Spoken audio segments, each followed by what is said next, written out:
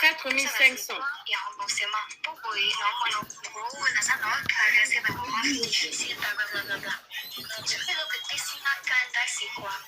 Parce que mwana azaki na intention ni considération ya wambusi na mwana mate ezakaka ntango namoni asali manifestation na nyonso basalaki dans une semaine wana kokoma bopango kofuta ndot kosala mairie kosala nani sa ntango namonaki ya liboso wana ntango akangi lopango atiaki mona statut na ye moko na répondre na bi tu as l'argent de faire tout ça mais tu veux pas me rembourser. On peut faire ça en public. Yangwana abanjo benga.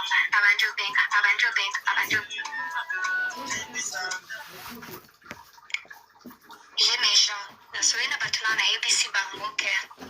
Au soir, là, on a pu à bloquer ma WhatsApp. Après cet échange-là, à bloquer la WhatsApp. Naïb ici, batou nanga. Oui, mais ça fisto, oui, mais ça est bien que sur la PC, ça serait pas bien, tu vois. Batu basuena ekomiti na batoi ya pasteur Florent de Miraina. Pasteur Florent de asololi na soi-disant fils na ye aibisi tala. Ka oyo eza boye, ça serait mieux. Ozonisela embongo na ye. Abanyoke sa badede, je ferai ça comme, je ferai ça pour je ferai ça. Asa ya mote finalement, il a fait ça, ça fait presque 2 semaines. Il m'a donné $3,000, il me reste $1,000 et quelques. Avant de quitter Kinshasa, il a dit à son pasteur, Nakosi Lisango, mais alongwe tina alongwe wana, tinde aza Canada awa, appétit. Là maintenant, j'ai son assistant qui était en train de m'appeler. Assistant na Kinshasa, alobé ngai, à son commerce ngai. Na ba numéro na Instagram. Oh maman, je te propose au follow là. Attends un peu. Yo assistant au proposer ngana sona patron na ndenge nini. C'est ton patron qui est coupable. C'est ton patron qui me donne de l'argent. Moi j'ai rien à foutre à me chercher pour parler de quoi. Il me donne de l'argent. Tu me donnes mon argent et puis c'est simple, c'est fini. Bandeko omoni basai na nzambe na biso fo batika ba aventure makambo eza mabe so tolandi ndeko mwasi to continue voice so tolandi 4500 € comme ça ozwi mwana bato 4500 du coup sorry ozoloba ne oza na mbongo te mais oke osali prédot na semaine wana osali présentation osali prédot osali coutumier au sali mariage, au sali civil, au sali na religieux, à tabino. Donc, aux aki na moi montant moko boye, 4,000 on les aïe aux zangayo, au yo zye pananga, et faciliter au sala mariage, tac. Au moni, aïe ko komena bi, mais yo zana mbongo au zong, c'est la mbongo na ngate. Mais aux zana mbongo, au sala mariage na yo, na une semaine, au sali tac, au sali nyos. Il y a des quoi quand même à yo kapasi. Aux zomona, bien que to kolo baké, démarche, on a peut-être, il faut qu'il y ait des qui sont en privé, mais il faut comprendre de l'autre côté, de qu'on a besoin à sentir que respect zate. Yo bloqué na WhatsApp, ou bloqué na Facebook. Il faut qu'il se repose sur la web.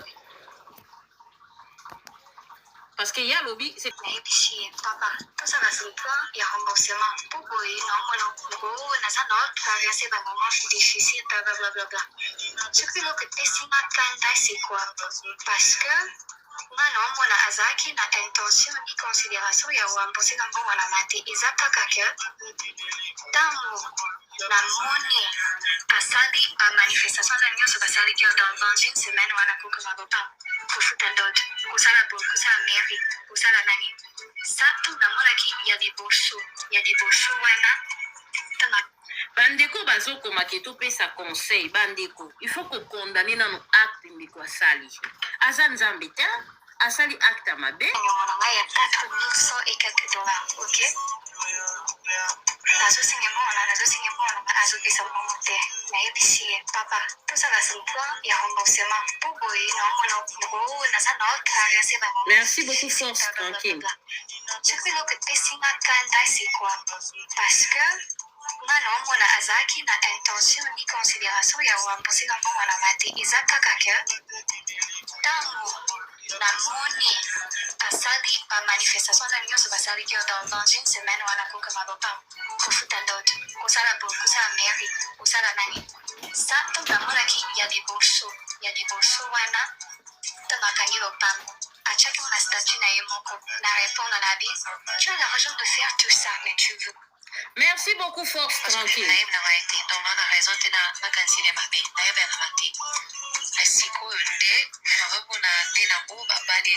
En fait, moi, c'est pas, le problème, c'est pas qu'il est marié. Il peut se marier. Il n'a pas besoin de ma permission pour se marier. Non, pas du tout. Mais il me doit la responsabilité de me dire la vérité. Du genre que, écoute, ça ne marche pas avec toi, donc cette relation ça ne marche pas. Moi je veux explorer d'autres choses. Et puis il n'y a pas un problème de dire ça en fait. Moi c'est le manque de respect. Donc premièrement, tu ne respectes pas ta future femme et tu ne respectes pas comme copine. Je sais pas comment écrire ça en fait. Donc manque de respect total. Il ne respecte pas les femmes et c'est ça mon problème. Et là maintenant, il est en train de donner mon numéro aux gens. On appelle ça numéro, on n'a pas assistant, on appelle ça numéro, on n'a pas pasteur, on a pas calminga, tout ça, ma calminga pourquoi? Ma calminga pourquoi? Toi, tu m'as montré que tu n'as pas la volonté de me rembourser mon argent. Si comme on a banduka, on a le côté de yon tona nyomangay. On a le côté de yon tu osa nyomangay. On a banduka, et puis tu sais ça, tu es conscient de ça, on a parlé de ça. Moi, je t'ai proposé un plan de remboursement. Où je te paye, au par moment difficile, blablabla, comme je vous ai envoyé avec les écrans, par capture. Là, maintenant, son assistant est en haut, mère, surtout sous l'eau, je lui propose si vous pouvez parler. Mon ami, il y a mon oiseau pour me la téléphone, il y a mon oiseau de mon soirée, il y a mon à bloquer à Instagram, à bloquer à WhatsApp, à bloquer à partout, mais on peut s'en mettre, on n'aura pas assistant. Quel petit. Voilà.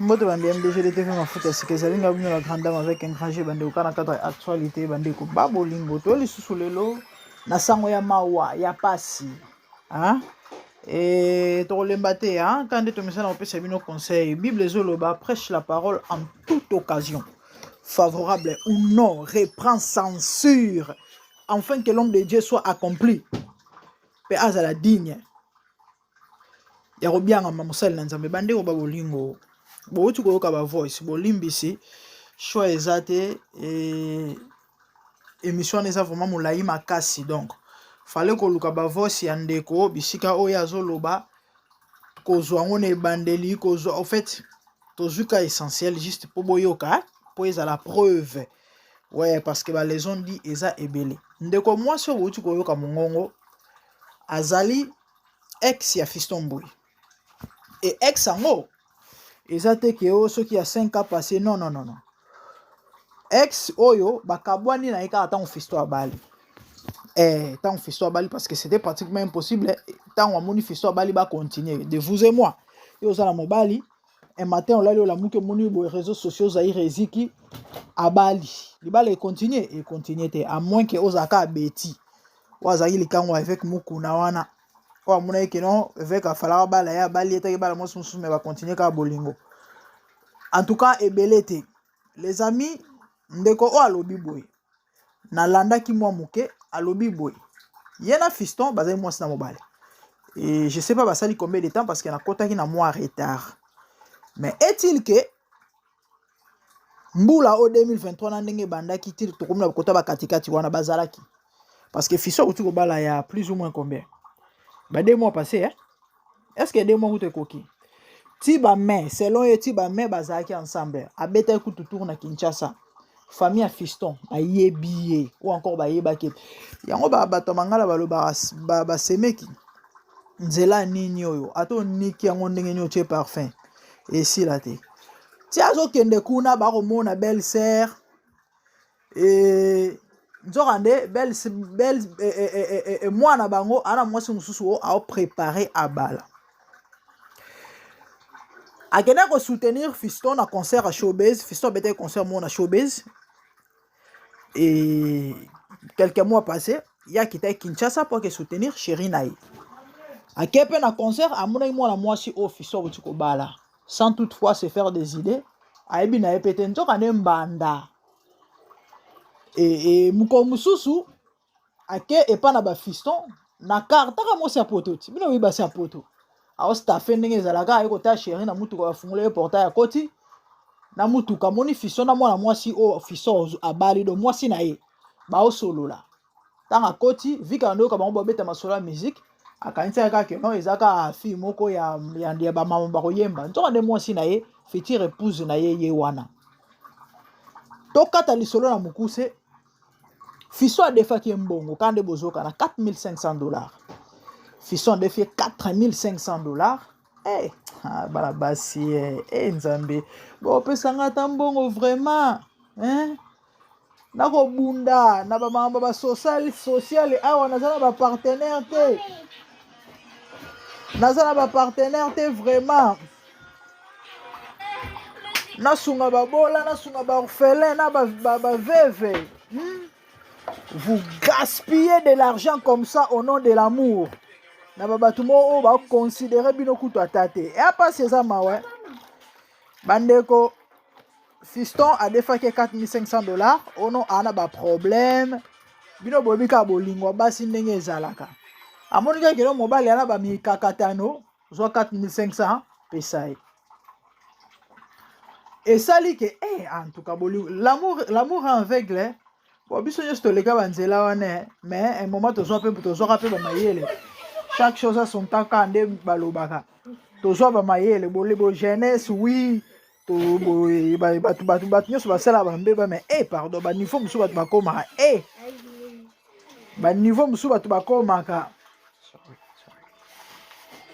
eza pasi fiso aza mindulemana c'est parmi bandulemana oyo mikolo oyo baza na top yo ke osoutenir ye abeti concert de seke mwa mike ezomonana ezokota azobeta banzembo ya sika aza na nzembo moko soki kumama soki kumisama soki eloko nini esalisi mwa na youtube aye na plus de 2 millions de vues aza na kosa mwa eloko mwa mbongo ezali sikoyo yokende kopesa bon bref apesi ye $4500 apesi ye mbongo na espace ya une semaine amoni bafoto na Instagram partout ndenge fiston abali donc ce qui veut dire mbongo mwana mwasi apesaki fiston ayebisi kaka na baproblème eza mbongo ake kobalela bandeko botala nde bato batambolaka na bamalédiction na bavi na bango ake kobalela yango mwasi mosusu après abloqué la fille abloqué ye na Instagram abloqué partout ndeko mwasi aye comprendre que non on s'est joué d'elle parce que servaki na ye bandeko mawa ya pasi nayebi te toloba na mono nini malgré ata toosala émission boye bokoyoka makambo oyo tokoyoka na biso kango ta mosusu twane esila te tokoyoka mais toloba kaka mpona o peut-être bakokozwa mayele bazubo o mpe bamoni ke non bango bolingo nde bolingo bino bato bokoyeba mwa l'essentiel eza ke nga na osala yanga mosala na mokola suka nzambe akotunanga makila mutu te kendeko wana bandako memekende na libebi na libunga na baengagement moko azwaki mwana nga asaki émission mpo akebisa ye moko ayokaki te eya mami mpona bana basi ndeko na biso alobi nono 4500 eza mbongo ebele sali manevre ti akutana na paster asola na paster na ye ameka kosola konégocie kosola na fiston na minute nde tozosola boye 3000 esi ezongi mais alobi mbongo nese mbongo ne fo mbongo nezonga na totalité bona nde boescroke bolingo boescroke motema boescroke mbongo nzoto boescroke nyonso ana raison il faut ezonga alobi mbongo na ye se mbongo na ye alobi bapesi banimero epa bato babenga ye bazo banégocie soki eloni bakalme alobi yango alobi boko bakalme pourquoi bakalme ete il faut aloba ya pasi na ya maweza ke fiston après savoir ko bloqué il ne voulait plus traiter avec elle azwaki pe sa numéro epa soki ya soki babato na bango bakolaboraka na batravaillera na bango na bamakambo ya musique soki nani soki nini pona solo la na yeso bandeko na ebite ba maambo yo to ebite to loba nini to uta ko beta même pas soki 2 semaines à masolo ya bata ba théâtre ba liara basi ba mbongo. Et pour votre information, ba musicien pe bazana kata ba maambo wana ezala chrétien ezala mondain ena donc veut dire bango na bango musa basala yango wana ya ko escroquer basi ba mbongo so boye bakate. To beta masolo a fiston je crois ezaka ne passé ya ba prédota attend akufelaka mwasi mama ya mwana na ye certainement bato balandaka biso depuis baebi. En fait, ce sont des gens qui n'ont jamais été sérieux. Pour votre information, ba musicien dit chrétien et belete ba bongo la mitema solo. Sur 100%, je vais vous choquer.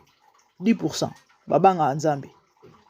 Et na 10% o babanga nzambe wana so talibana appel ministériel. Baka ba musicien te. Mais ba musicien ka musicien. Ndouleman chrétien yemba nzambe. Bandeko ba inconverti numéro 00. Généralement bazara ba star, bazana ba ba na nzambe te, bazana ba chrétien te ba yeba na ba nzambe te. Moi qui vous parle na yembara.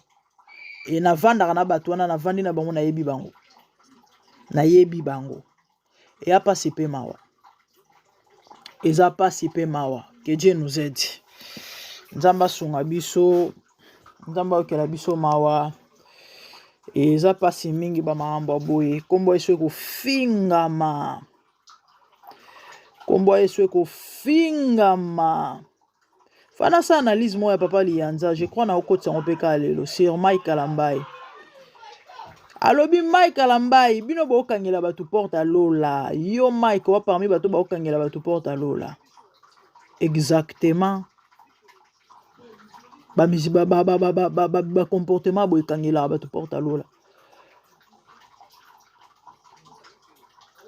Tozara na live moko plus ou moins 1 mois passé à mon frère Matou Samuel nenga portara majabu plainte na TikTok ndeko moi c'est azaki wana alobi Fiston Mbuyi akimanga na mbongo a escroquer ngai batu baganga na live bande robotala ya même pas 1 mois eza oyote wana ya kisasa na ebité relation ni bazala na ona Fiston certainement ko zazala likangu na ye bien ka pesa ba détail te aloba ika que non Fiston azali na ba possibilité te a soutenaka ye na maambu ya ba benga ngonini eloko ebimisaka Fiston wana ya Vodacom a soutenaka Fiston makasi mais a regretter na comportement ya Fiston après Fiston kimena mbongo ebele ti lelo alela na mbongo na ye sikoyo ndeko amonge bakoselo makambo so eza makambo solo za sir vraiment vivre na kimia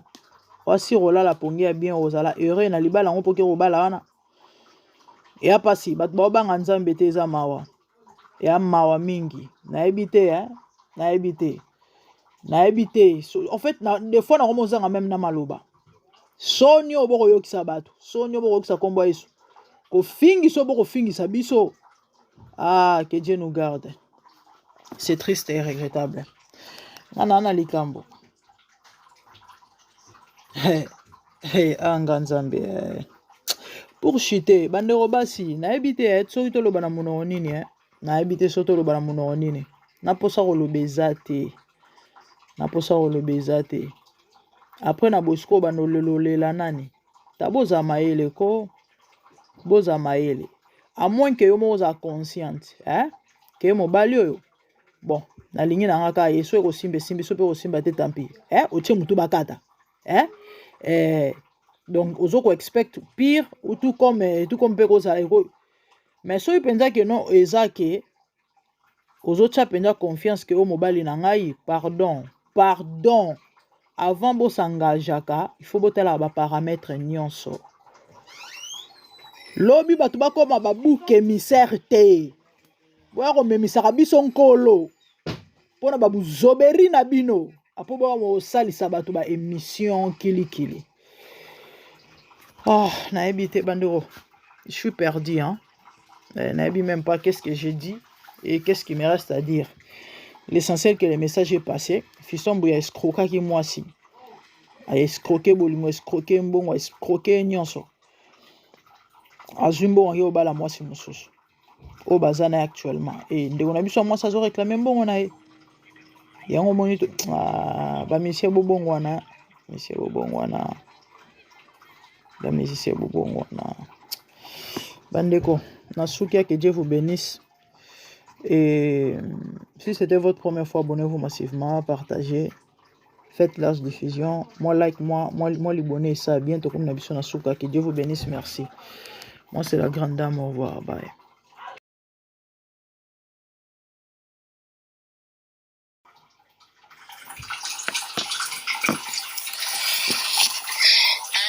On a officialisé notre relation, je dirais, fin janvier. L'année passée, je suis venue à Kinshasa pour me soutenir avec le concert de Showbuzz. Donc j'étais là, on a passé des moments ensemble et puis c'était là la première fois que j'ai vu sa présente madame. Donc je sais pas. Siko ndeta munazokutana nazo kwa anianzisi makamangu na mbona ke emesana munge bana na mbana kala. Donc n'importe quoi ni bando bana bato sima ni bana na mbana kala. Donc ça veut dire que Fiston azaki na basi ni balé en même temps à l'époque. Et puis bonsoir ma chérie. Fiston oye na danser mo niki mwana batu makembe c'est zo que nous parle. En tout cas. Allô? Et les amis, oboyoki wana ndeko na biso mwasi bon nazwi voice na bandeko enregistré na moi retard alobi relation na ye na fichu ebanda kala baye ko officialiser yango c'était l'année passée na janvier et ntango sikoyo akitiki nake soutenir ye na concert azalaki na ngonde bisika amonaki la première fois amonaki mwasi oyo fisto akuti kobala nta bazolobaki no relation date de 6 mois alobi eza lokuta eza relation ya kala na mwana mwasi wana donc c'est que elle avait compris eza que fiston abanda vivre na basi mibale ya lobi mibale mais moi je vous dirais que plus parce que poka moyen kotanga bakombo eza te po pe moyen kopesa badetail eza te na mboko nga nazali fiston mbuya azalaki mpe na chéri moko ando vivre na ye mwana paster moko ya monene na mboka oyo mais bon nzambe asunga biso pardon